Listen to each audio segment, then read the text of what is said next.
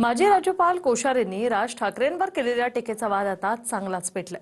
राज ठाकरे मोदींना घाबरतात असं विधान केल्यानंतर संजय राऊतांनी कोश्यारींवर सडकून टीका केली आहे। पाहूया। मुझे लगता है वो ज्यादा ही नरेंद्र मोदी से डर गए। अरे त्याला नीट धोतर नेसता येत नाही रे, तो काय आम्हाला अक्कल शिकवतो। उनका डरना नहीं चाहिए, उनको मोदी जी के निकट जाना चाहिए और मोदी जी के लिए सारी प्रजा बराबर है। जो स्वतः धोतर नीट नेसू शकत नाही तो ठाकरेंना सांगतोय आम्हाला मोदीला घाबरू नका। मोदीला कोण घाबरत है?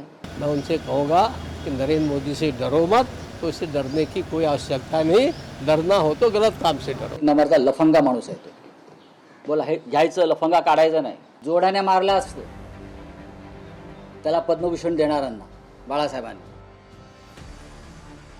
राज ठाकरे मोदींना घाबरतात या कोश्यारींच्या विधानाचा संजय राऊतांनी समाचार घेत त्यांच्यावर सडकून टीका केली।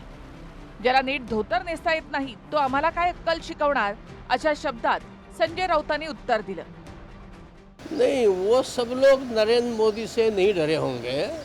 मैं राज का बहुत सम्मान करता हूँ, लेकिन मुझे लगता है वो ज़्यादा ही नरेंद्र मोदी से डर गए। उनका डरना नहीं चाहिए, उनको मोदी जी के निकट जाना चाहिए और मोदी जी के लिए सारी प्रजा बराबर है। जैसे राम जी के लिए सब बराबर थे, ऐसे उनके लिए भी सब बराबर हैं। तो मुंबई में मेरे छोटे भाई हैं और अच्छे कड़क नेता हैं। मैं उनसे कहूँगा कि नरेंद्र मोदी से डरो मत और महाराष्ट्र में हो, छत्रपति शिवाजी महाराज के उसमें कर्मभूमि में हो, तो इससे डरने की कोई आवश्यकता नहीं। डरना हो तो गलत काम से डरो। अरे त्याला नीट धोतर नेसता येत नाही रे, तो काय आम्हाला अक्कल शिकवतो। हा, त्याला नीट धोतर नेसता येत नाही स्वतःच। बघा तुम्ही त्याला एकदा, त्याचं धोतर कसं असतं ते। जो स्वतः धोतर नीट नेसू शकत नाही तो ठाकरेंना सांगतोय आम्हाला मोदीला घाबरू नका। मोदीला कोण घाबरत आहे? काल राहुल गांधींनी सांगितलंय ना, डोळ्यात डोळे घालून बोलण्याची हिंमत नाही नरेंद्र मोदीच्या आणि अमित शहाच्या। गांधींचं भाषण सुरू असताना प्रधानमंत्री आणि अमित शहाने पार्लमेंटमधून पलायन केलं। ते आम्हाला सांगतात भीती हातामध्ये तुमच्या सत्ता आणि एजन्सी म्हणून तुम्ही आम्हाला सांगा काय धोतर नेसायला शिका नीट, आणि मग इथे महाराष्ट्रातून आम्हाला अक्कल शिकवा। कायम वादात राहणारे माजी राज्यपाल कोश्यारी काल नाशिकमध्ये होते। संघाच्या कार्यक्रमात सेलिब्रिटींच्या हजेरीवरून ते मोदींच्या भीतीने हजर राहिल्याची टीका राज ठाकरेंनी केली होती। त्यावरच्या उत्तरानं कोश्यारी पुन्हा चर्चेत आले। याआधी छत्रपती शिवाजी महाराज, महात्मा फुले, सावित्रीबाई फुलेंसह मुंबईबद्दल केलेल्या वादग्रस्त विधानावरून कोश्यारींवर टीकेची झोड उठली होती। त्याच कोश्यारींना पद्मभूषण दिल्यामुळे सुद्धा नंतर वाद रंगला। नंबरचा लफंगा माणूस आहे तो। बोला हे घ्यायचं, लफंगा काढायचं नाही, आणि त्याला पद्मभूषण दिलं। छत्रपती शिवाजी महाराजांचा अपमान करणारा, महात्मा फुल्यांचा अपमान करणारा हा माणूस, त्याला भारतीय जनता पक्षानं पद्मभूषण दिलं।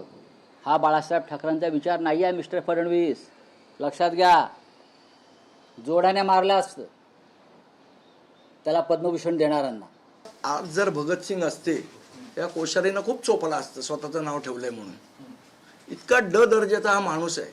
खरं तर त्यांचं नावच भगतसिंग ठेवलं नाही पाहिजे, कारण ज्या भगतसिंगांनी देशासाठी शहीदत्व पत्करलं त्या भगतसिंगांचं नाव या माणसाला देणं म्हणजे त्यांचा अपमान आहे। त्यामुळे पहिलं त्यांनी नाव बदलावं अशी आमची मागणी आहे। संजय राऊत लफंगे तुम्ही आहात।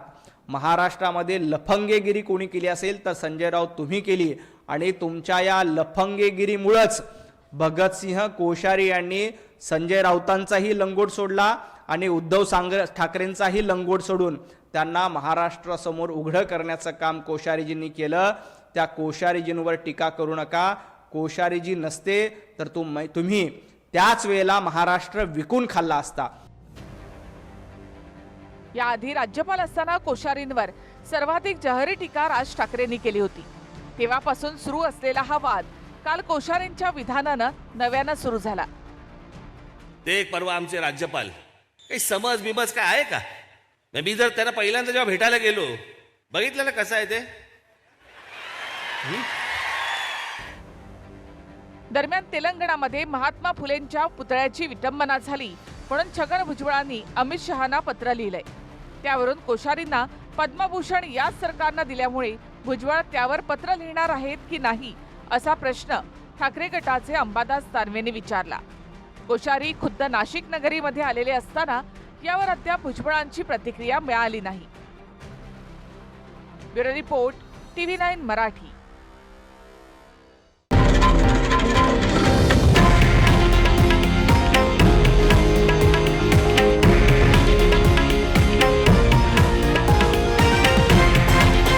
हे आहे देशातील नंबर 1 न्यूज नेटवर्क आणि आपण पाहत आहात TV9 मराठी, एकमेव.